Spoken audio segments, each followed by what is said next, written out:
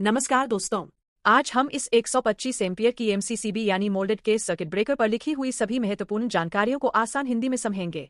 सबसे पहले इस पर लिखा है TOS 1253300। यह इसका मॉडल नंबर है जिससे इस एमसीसीबी की पहचान की जाती है। इसके नीचे लिखा है इन 125 इसका मतलब है कि यह एमसीसीबी सामान्य रूप से 125 एम्पियर तक करंट को सुरक्षित रूप से संभाल सकती है। यदि करंट इससे अधिक हो जाए तो यह ट्रिप होकर सर्किट की सुरक्षा करती है। अब देखते हैं UI 690V।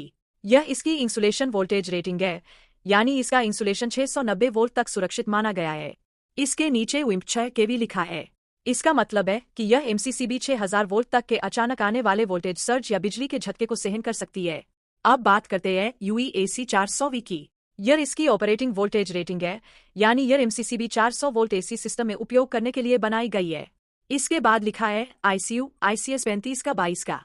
इसका मतलब है कि यह एमसीसीबी अधिकतम 35,000 एम्पियर के शॉर्ट सर्किट करंट को सुरक्षित रूप से काट सकती है, जबकि 22,000 एम्पियर तक का फॉल्ट करंट काटने के बाद भी यह दोबारा उपयोग के लिए सक्षम रहती है। यहाँ 50 हर्ट्ज 60 हर्ट्ज लिखा है, जिसका अर्थ है कि यह एमसीसीबी 50 और 60 हर्ट्ज दोनों फ्रीक्वेंसी सिस्टम में काम कर सकती है। अब कैट डॉट पर ध्यान दें।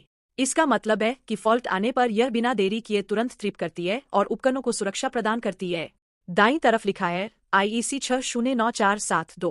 यह एक अंतर्राष्ट्रीय सुरक्षा मानक है जिससे पता चलता है कि यह एमसीसीबी अंतर्राष्ट्रीय नियमों के अनुसार बनाई गई है।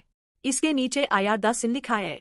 इसका मतलब है कि यह अपनी रेटेड करंट का लगभग 10 गुना करंट आने पर तुरंत ट्रिप कर सकती है, यानी 125 की एमसीसीबी लगभग 1250 पर इंस्टेंट ट्रिप करेगी। यहाँ +40 डिग्री सेल्सियस लिखा है, जो बताता है कि इसकी रेटिंग 40 डिग्री सेल्सियस तापमान के आधार पर दी गई है। अब ऊपर दिए गए 1, 3, 5 टर्मिनल नंबर इनपुट साइड को दर्शाते हैं और नीचे दिए गए 2, 4, 6 टर्मिनल नंबर आउटपुट साइड को दर्शाते हैं। बीच में मौजूद ऑन और ऑफ लीवर से एमसीसीबी को चालू और बंद किया जाता है।